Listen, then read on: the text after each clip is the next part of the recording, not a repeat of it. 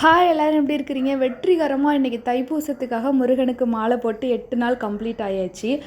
இந்த 8 நாளில் வந்து ஃபஸ்ட்டு ஒரு நாள் மட்டும்தான் ஸ்மூத்தாக போச்சு. அடுத்த 2வது நாள்லேருந்து நம்ம ஆளு கொடுத்த சோதனைக்கு அளவே இல்லாமல் போயிட்டுருக்கு. இந்த பிரச்சனையை சால்வ் பண்ணுறதுக்குள்ளே அடுத்த பிரச்சனைன்னு இந்த நிமிஷம் வரைக்கும் ஒரே பிரச்சனை. ஏதாவது ஒரு ஹெல்த் இஷ்யூஸ் வந்துக்கிட்டே தான் இருக்குது.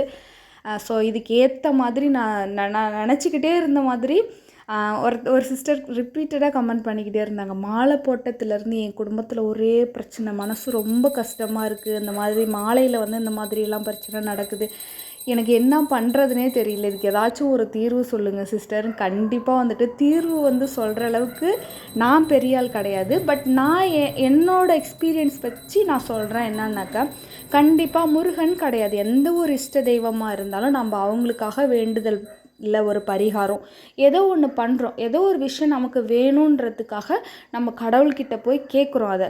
ஸோ எடுத்த உடனே ஒரு மனுஷங்கிட்டேயே நம்ம ஒன்று ஆசைப்படுறோம், ஒரு விஷயத்த கேட்குறோன்னாக்கா அவங்களே வந்து 10 தடவை யோசிக்கிறப்ப கடவுள்கிட்ட போய் நம்ம ஒரு வரத்தை கேட்குறோம், ஒரு ஏதோ ஒன்று நம்ம வந்து வேண்டுதல் நிறைவேறணும்னு சொல்லி கேட்குறோம். ஸோ எந்த கடவுளுமே வந்துட்டு கேட்ட உடனே கொடுக்க மாட்டாங்க. அதுக்கு உண்டான டெஸ்ட்டெல்லாம் வச்சு நம்ம அதுக்கெலாம் தகுதியான ஆளான்னு சொல்லி செக் பண்ணி பார்த்துட்டு, ஓகே இவங்களுக்கு நம்ம இது வந்து எந்த டயத்தில் கொடுக்கணுமோ கேட்ட உடனே கொடுக்க மாட்டாங்க, நமக்குன்னு டைம் வரும். அந்த டயத்தில் நமக்கு கிடைக்க வேண்டியது நம்ம நினச்சதை விட சூப்பராக கிடைக்கும்.